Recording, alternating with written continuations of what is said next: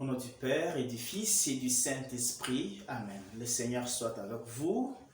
Mes frères, mes sœurs, les textes des 26e dimanche du temps ordinaire nous disent que l'Esprit de Dieu souffle sur qui il veut et comme il veut. Et donc, il ne faut pas prétendre avoir le monopole de la puissance de Dieu. Il ne faut pas prétendre avoir le monopole de l'Esprit. Donc, la première lecture dirait des Nombres 11, 25 à 29. Dieu partage l'esprit qui était dans Moïse sur 70 anciens et il commence à prophétiser. Eh bien, deux qui avaient prophétisé dans les camps, Josué demande à Moïse de les arrêter. Moïse dit non, serais-tu jaloux de moi si le Seigneur peut faire de tout son peuple les prophètes? Et c'est ça notre problème. Si quelqu'un qui n'est pas avec toi fait des miracles, il prêche bien la parole de Dieu, comme il n'est pas de ton église, pour toi, c'est directement un diable. Et cet enseignement continue dans la lecture de l'évangile, tiré de Marc 9, 38 à 43, puis 45, et encore 47 et 48. Jean dit à Jésus qu'on a vu quelqu'un chasser des démons à ton nom, comme il n'est pas avec nous, on a voulu l'arrêter. Jésus a dit non, on ne l'arrête pas. C'est lui qui prêche à mon nom, qui fait des miracles à mon nom, il ne peut pas se tourner contre moi. Donc, ce n'est pas dit que si quelqu'un n'est pas de ton église, qui n'est pas du même groupe que toi, il ne peut pas être bon. Il ne peut pas être sous la mouvance de l'Esprit Saint. Il ne peut pas évangéliser, opérer des miracles. C'est là notre problème aujourd'hui. La guerre entre les églises. On se critique, on s'insulte, on se diabolise.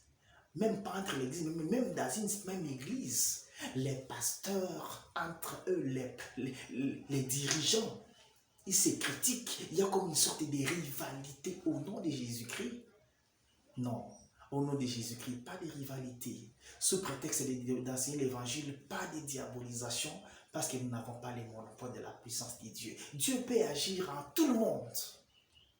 Il ne faut pas prétendre monopoliser l'Esprit de Dieu. Ce que nous devons faire, c'est de nous abandonner entre les mains de l'Esprit et de faire bien ce que l'Esprit nous demande de faire, le faire bien. L'Esprit n'est pas division, l'Esprit n'est pas insulte, l'Esprit n'est pas fomenter des choses. L'attitude aussi à prendre, c'est ce que Gamaliel avait dit dans les livres des Actes des Apôtres. S'ils viennent de Dieu, nous ne pouvons pas les arrêter, ils vont continuer. S'ils ne viennent pas de Dieu, ils vont s'arrêter à un moment donné et nous en avons l'expérience.